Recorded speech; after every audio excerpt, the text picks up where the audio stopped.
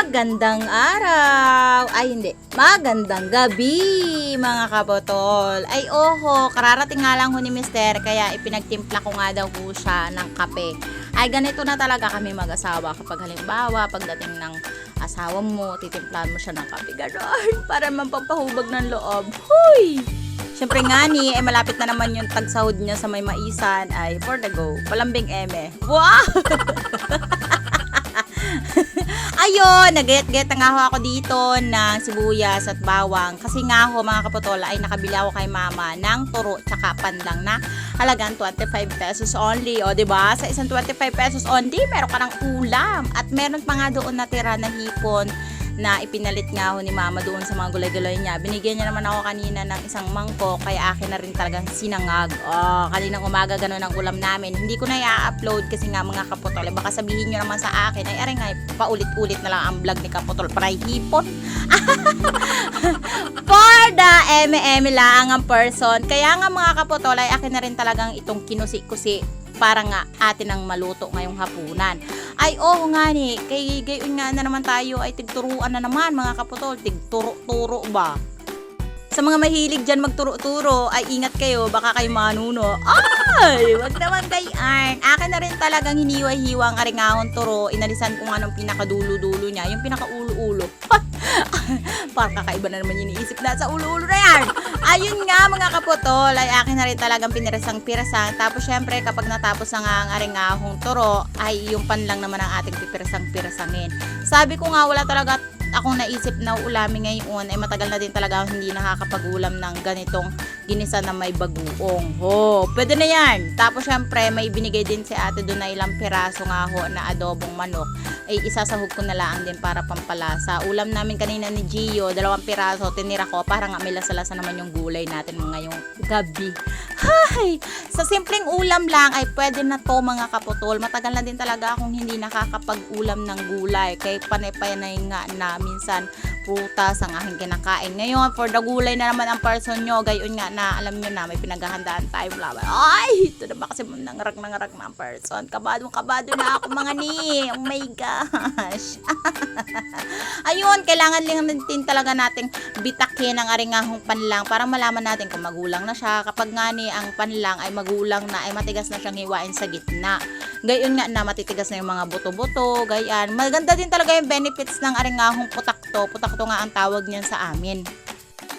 At kapag natapos na nga natin ang aringahong mga himay-himay natin na yan, ay bahagya, ay sabi ko nga kay Mister, ay ang tagal niya namang makauwi. Ay sabi niya nga sa akin, ay magtimpla na nga ho daw siya ako ng kape agad. Para pagdating niya ay malamig na.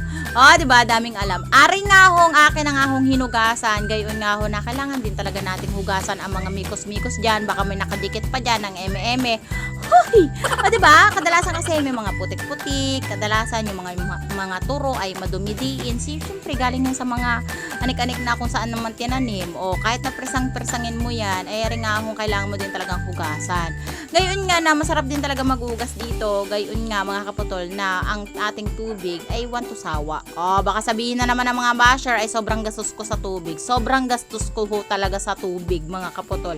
Ari nga ho, inilipat ko na nga sa may plato para nga makapag-utay-utay na tayo magpainit ng ating pambansang kawali. At syempre, ang ating pangmalakasang baby oil. Namiss ko to sabihin sa inyo ang ating baby oil. Sobrang dami ko din ganap, kaya nga hindi na talaga ako nakakapag-upload. Tapos sobrang hirap din talaga ng signal ngayon dito sa amin. Punyeta. Shoota mga kapotol, mapapamura ka din talaga sa signal dito sa amin. Ngayon nga na, hindi ako nakakapag-upload, di ako nakakapag-edit kasi nga sobrang gahol ang signal dito. Hindi ko alam kung sino ba talaga ang may problema, yung tao sa Burgos o yung globe namin. Ay nananawagan ako sa mga nakakaalam. Parang awan nyo na po, pakiayos na yung signal dito sa may Burgos City. Ngayon nga na, lahat ng transaksyon at buhay-buhay nga ni. Paano nalaang kapag may emergency? Ay, hindi na nakontakan tao.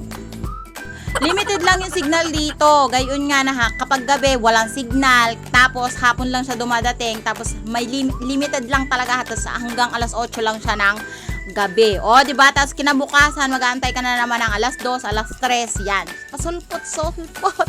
Pasulpot-sulpot ang signal dito sa amin. Kaya gayon nga, mga kaputol, na hirap din talaga kami dito. Ayun nga, nakapag-isa na tayo. Dami na naman ang anak-anak sa buhay. Nag-isa na natin ang turo at isinunod ko na din talaga ang arengahong putakto.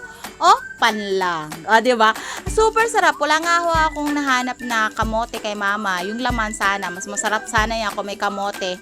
Kaso, wala siyang tinda. Gayon nga na wala daw nag-deliver na katutubo sa kanya ngayong araw.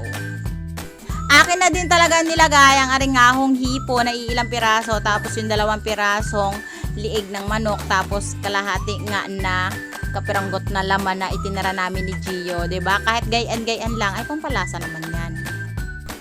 So, for today's video, akin nga nang tinakpan at akin ang aring binuksan ang arengahong ginisa. Ay, nilagyan ko lang yan ng konting patis. Sinasabi nga ni Mister na may anik-anik daw.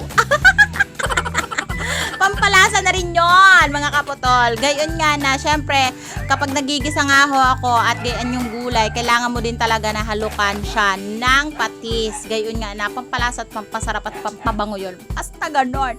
Tapos, syempre, ay konting minuto lang ay makakakain na nga ho tayo. Hindi na din ako talaga mag-video dahil sobrang lobat na. For today's video, ay tapos na ang ating vlog at nakapagluto na tayo ng arengahong turo at panlang na ginisa na may hipon at 2 pirasong manok. O, diba? Detalyado. Ngayong gabi ay kakain na kami at maraming salamat sa inyong panunood at hanggang dito na lang. Bye-bye! Kensan ni!